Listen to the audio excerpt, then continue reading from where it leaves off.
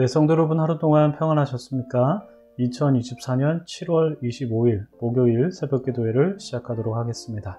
우리 함께 기도하겠습니다. 참 좋으신 하나님, 오늘도 저희에게 새로운 하루를 허락해 주셔서 감사드립니다.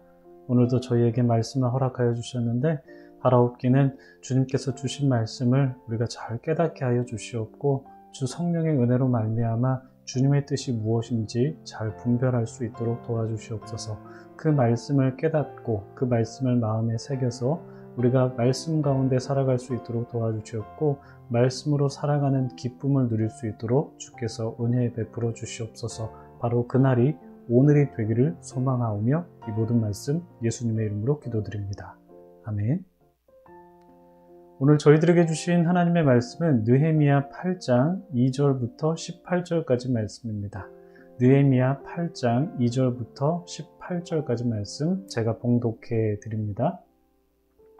일곱째 달 초하루에 제사장 에스라가 율법책을 가지고 회중 앞 곧 남자나 여자나 알아들을 만한 모든 사람 앞에 이르러 수문 앞 광장에서 새벽부터 정오까지 남자나 여자나 알아들을 만한 모든 사람 앞에서 읽음에 뭇 백성이 그 율법책에 귀를 기울였는데 그때의 학사 에스라가 특별히 지은 나무 강단에 서고 그의 곁 오른쪽의 선자는 마띠냐와 스마와 아나야와 우리야와 힐기야와 마아세야요. 그의 왼쪽의 선자는 부다야와 미사엘과 말기야와 하숨과 하스바다나와 스가야와 무술람이라. 에스라가 모든 백성 위에 서서 그들 목전에 책을 펴니 책을 펼 때에 모든 백성이 일어서니라. 에스라가 위대하신 하나님 여호와를 송축하매 모든 백성의 손을 들고 아멘 아멘 하고 응답하고 몸을 굽혀 얼굴을 땅에 대고 여호와께 경배하니라.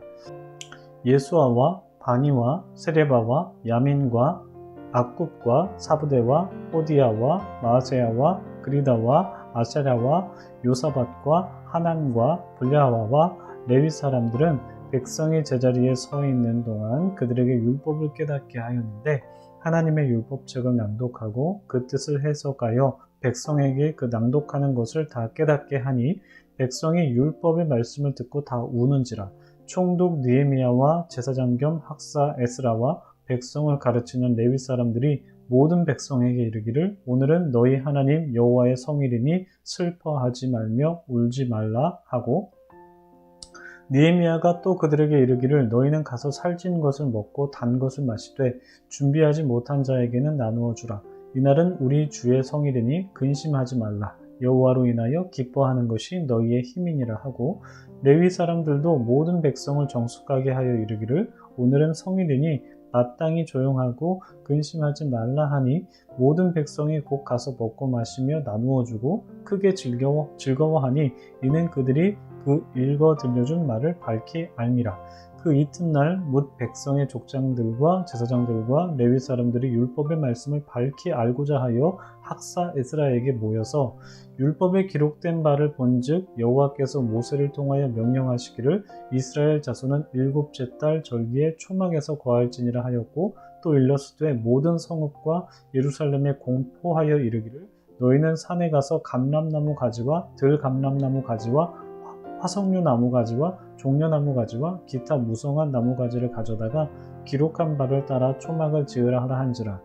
백성이 이에 나가서 나뭇가지를 가져다가 혹은 지붕 위에 혹은 뜰 안에 혹은 하나님의 전뜰에 혹은 수문 광장에 혹은 에브라임 문 광장에 초막을 짓되 사로잡혔다가 돌아온 회중이 다 초막을 짓고 그 안에서 거하니 눈의 아들 여호수아 때로부터 그날까지 이스라엘 자손이 이같이 행한 일이 없었으므로 이에 크게 기뻐하며 에스라는 첫날부터 끝날까지 날마다 하나님의 율법책을 낭독하고 우리가 이래 동안 절기를 지키고 여덟째 날에 규례를 따라 성회를 열었느니라.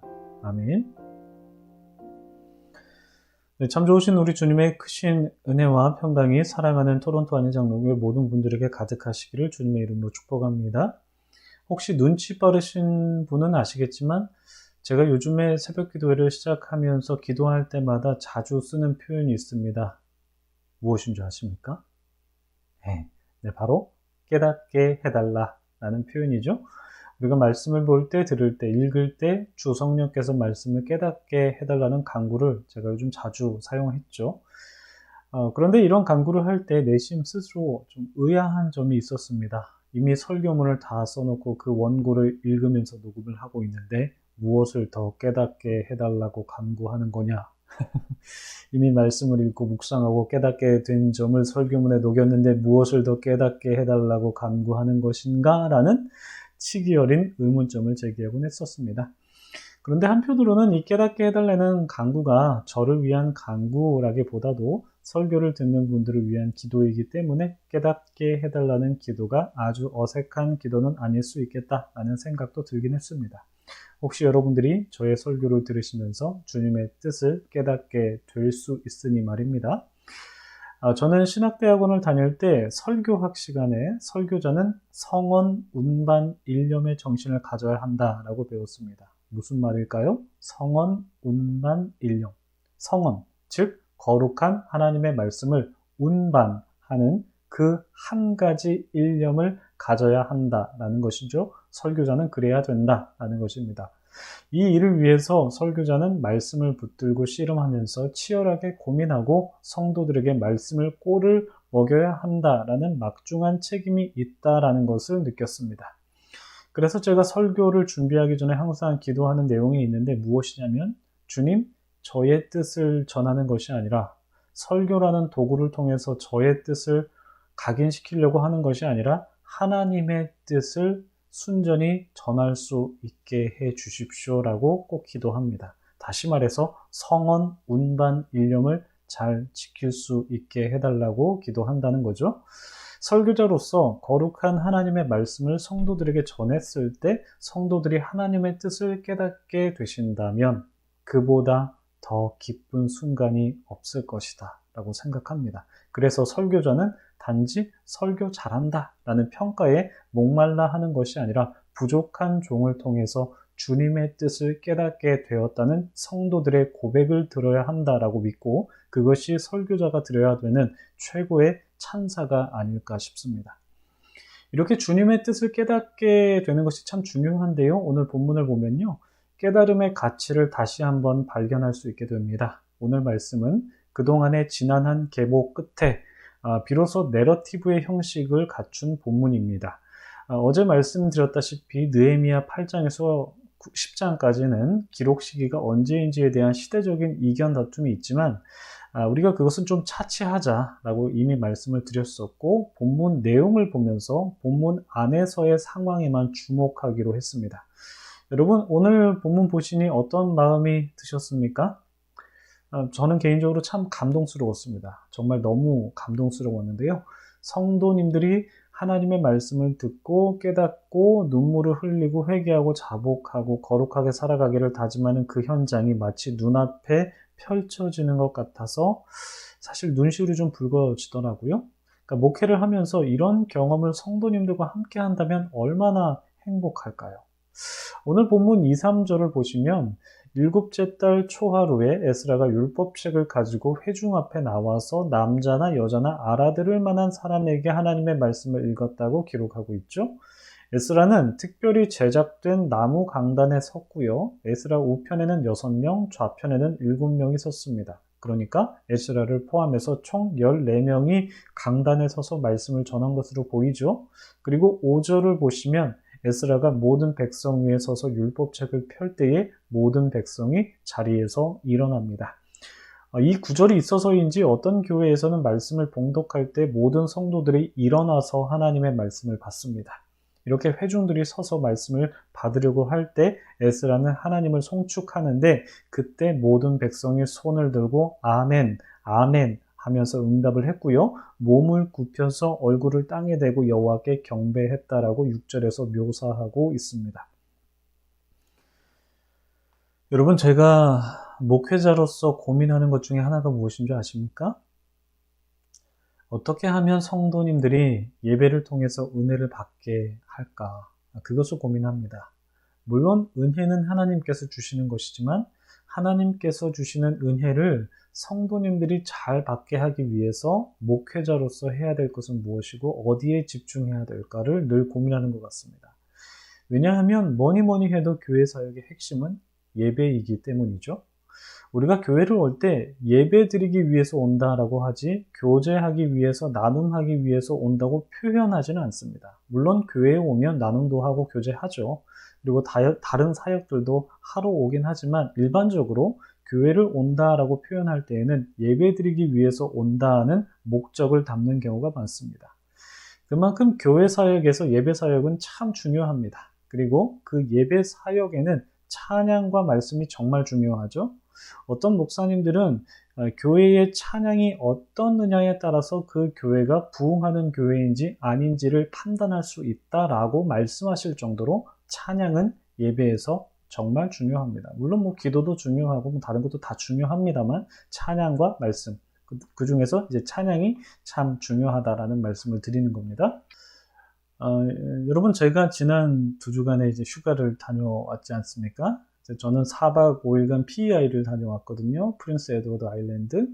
장시간 운전을 하고 교회에 복귀했음에도 불구하고 많은 분들께서 제 얼굴이 좋아졌다고 하시더라고요. 듣기 좋은 말씀이라서 감사한 마음이 들긴 했습니다만 한편으로는 좀 의아했습니다. PEI까지 한 18시간 운전해서 다녀왔는데 얼굴이 좋아졌다라고 하시니까 좀 의아했습니다. 아무튼 간에 저는 휴가 중에 주일 한번 빠지고 복귀해서 지난 주일에 이제 찬양 인도를 했잖아요. 그러니까 한번 쉬고 하는 찬양 인도였는지 모르겠지만 저도 모르게 좀 힘이 들어가더라고요. 그래서인지 아내가 돌아오는 길에 이러더라고요. 여보, 오늘 왜 그렇게 오버했어? 이렇게 말하더라고요. 그래서 제 아내는 제게 가끔 이런 말을 합니다. 오버하지 말라고. 그런 말을 가끔씩 하는데 이렇게 종종 아내는 제동장치를 좀 걸어줄 때가 있어요. 그런데 저는 아내에게 이렇게 대답했습니다. 나 오버하지 않았다 라고 말이죠. 여러분 믿어주십시오. 저는 정말 오버하지 않았습니다. 그냥 찬양하는 게 너무 기쁘더라고요. 그러니까 한 주 쉬었다 와서인지는 모르겠지만 정말 찬양하는 게 기뻤고 뭐 비록 악기 팀원과 싱어 팀원이 휴가로 인해서 좀 빠진 분들도 계셨고 회중석을 봤을 때도 좀 빈자리가 좀 많았거든요. 그래도 찬양하는 것 자체가 참 기쁘더라고요. 여러분, 정말 저는 우리 교회가, 우리 모두가 예배를 통해서 좀 기쁨을 누리길 원합니다. 예배가 짐이 되고 고역이 되면 하나님도 아프시겠지만, 가슴 아프시겠지만, 예배를 드리는 우리도 그 예배 드리는 순간이 얼마나 고통스럽겠습니까? 그 앉아있는 게 1시간 동안. 예배는 정말 교회 사역의 핵심이고 중심이잖아요. 물론 다른 사역들도 중요합니다. 구제, 선교, 교육, 봉사, 재정, 관리, 장학, 주방 사역 등등 여러 사역들 다 중요하죠. 교회 사역에서 안 중요한 게 다 어디 있겠습니까? 다 중요하죠. 그런데 그 중에서 우리가 정말 집중하고 기도하고 힘을 모아야 하는 사역이 있다라고 저는 생각합니다. 그 사역에 헌신하고 투자도 해야겠죠? 여러분, 우리가 정말 집중해야 되는 사역이 무엇일까요? 우리가 함께 좀 같이 기도하면서 그것을 발견해서 그것에 헌신해야 하리라 라고 믿습니다. 여러분, 계속 말씀을 좀 보실까요? 8절을 보시면 하나님의 율법책이 낭독이 될 때 그 뜻을 해석해서 백성들에게 그 낭독하는 것을 깨닫게 됐다라고 기록을 하는데, 그리고 9절에서 어떻게 말씀합니까? 백성이 말씀을 듣고 다 울었습니다. 여러분, 백성들의 눈물의 의미가 무엇이었을까요? 이들의 눈물이 어떤 의미였는지 확실하지는 않습니다만 이들이 말씀을 듣고 깨닫고 감동스러워서 그들의 눈시울이 붉어졌고 뭐 그것으로 그치지 않고 펑펑 눈물을 흘리면서 통곡한 눈물이지 않았을까 싶습니다. 아마도 그들이 눈물 흘린 그 눈물의 의미 중에는 회개, 자복 이런 마음이 있었겠죠. 그러자 느헤미야와 에스라가 그들을 달래줬죠. 또 먹을 것을 제공하면서 잔치 분위기를 냈고 또 백성들이 또 즐거워하면서 축제처럼 그렇게 즐겼는데 그들의 기쁨은 축제 때문에 물론 뭐 축제 분위기이기 때문에 기쁘기도 했지만 그것보다도 말씀을 밝히 알았기 때문에 기뻐했다라고 12절에 기록합니다. 깨달은 거죠.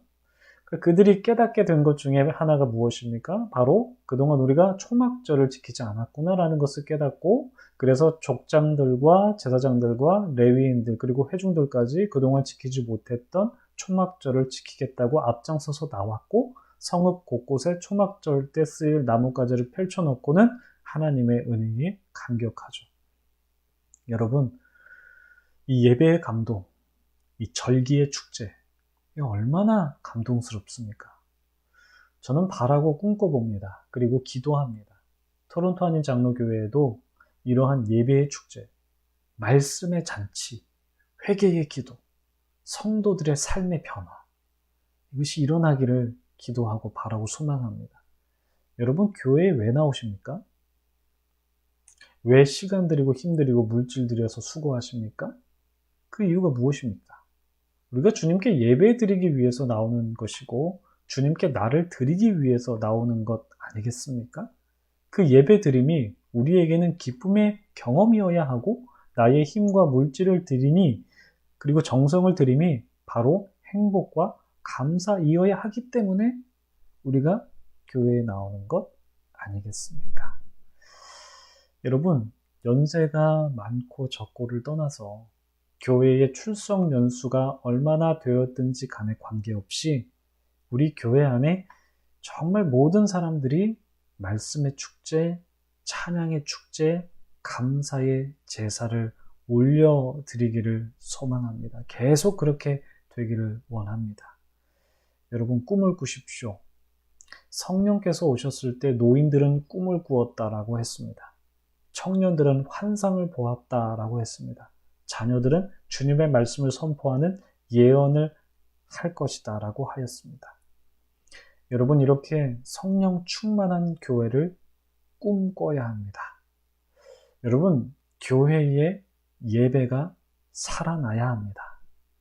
교회의 찬양과 말씀이 더 뜨거워져야 합니다.